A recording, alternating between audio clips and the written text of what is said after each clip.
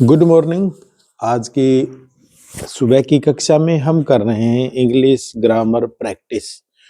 और कल मैंने जो टेंस करवाया था वो था फ्यूचर इंडेफिनिट टेंस, और अब बारी है future continuous tense.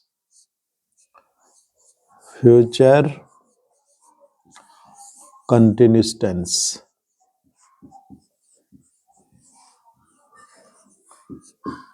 Future continuous tense बहुत इंपॉर्टेंट है। और कल जो किया था उसका नाम था फ्यूचर इंडेफिनिट, और इसके बाद में अब बारी है फ्यूचर कंटिन्यूस टेंस। बहुत आसान है। जब हम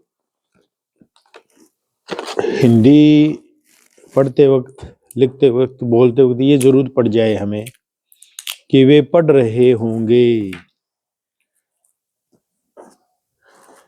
तो समझ जाना कि वो फ्यूचर कंटिन्यूस टेंस है। तो पहचान में लिख देता हूं।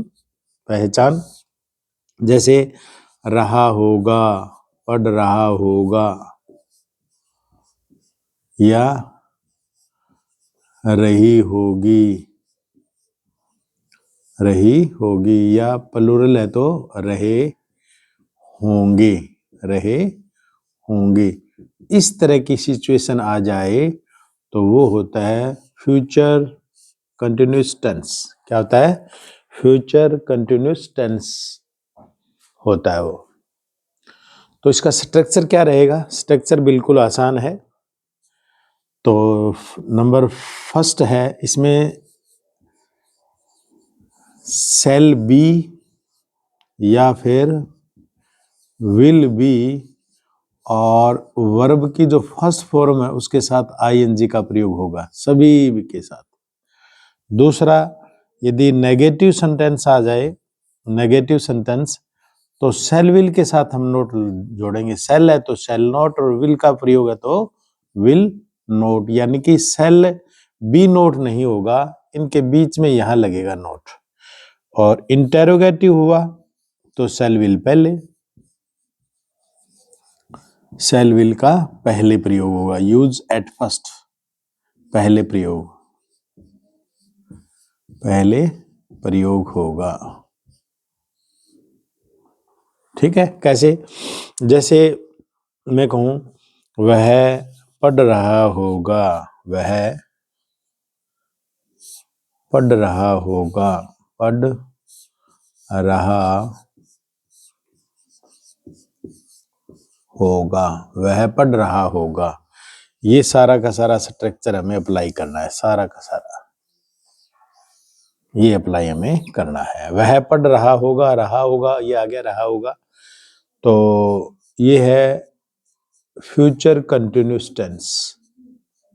तो इसकी इंग्लिश क्या होगी? वह पढ़ रहा होगा।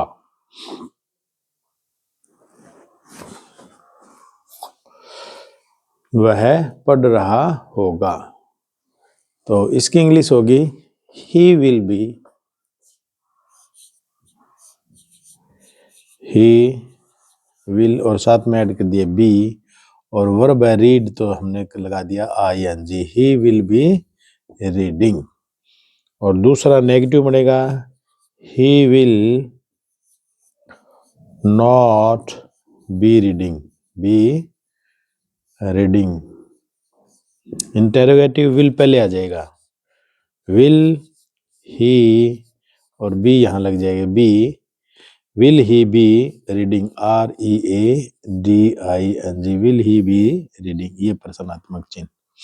तो पहचान यदि हम देखें कि इसकी फ्यूचर की क्या होगी, तो रहा होगा, रही होगी, रहे होंगे, ये पहचान होगी। और इसमें शैल बी, विल बी और वर्ब की फर्स्ट फॉर्म के साथ आईएनजी का प्रयोग होता है। नेगेटिव सेंटेंस में शैल और विल के साथ नोट लगेगा, और इंटेरोगेटिव में शैल विल पहले प्रयोग। कैसे? जिस तरह वह पढ़ रहा होगा, ही विल बी रीडिंग, वह नहीं पढ़ रहा होगा, he will not be reading. क्या वह पढ़ रहा होगा? He will he be reading. एक वाक्य आपके लिए है कि वे सो रहे होंगे, वे सो रहे होंगे। इसकी इंग्लिश क्या होगी, आप कमेंट बॉक्स में बता सकते हो कि वे सो रहे होंगे, इसकी इंग्लिश है वो क्या होगी। जैसा कि आप बोर्ड में देख रहे हो, वे सो रहे होंगे, इसकी इंग्लिश है वो क्या होगी। होपफुली कि ये छोटा सा वीडियो आपको पसंद आएगा। Thank you.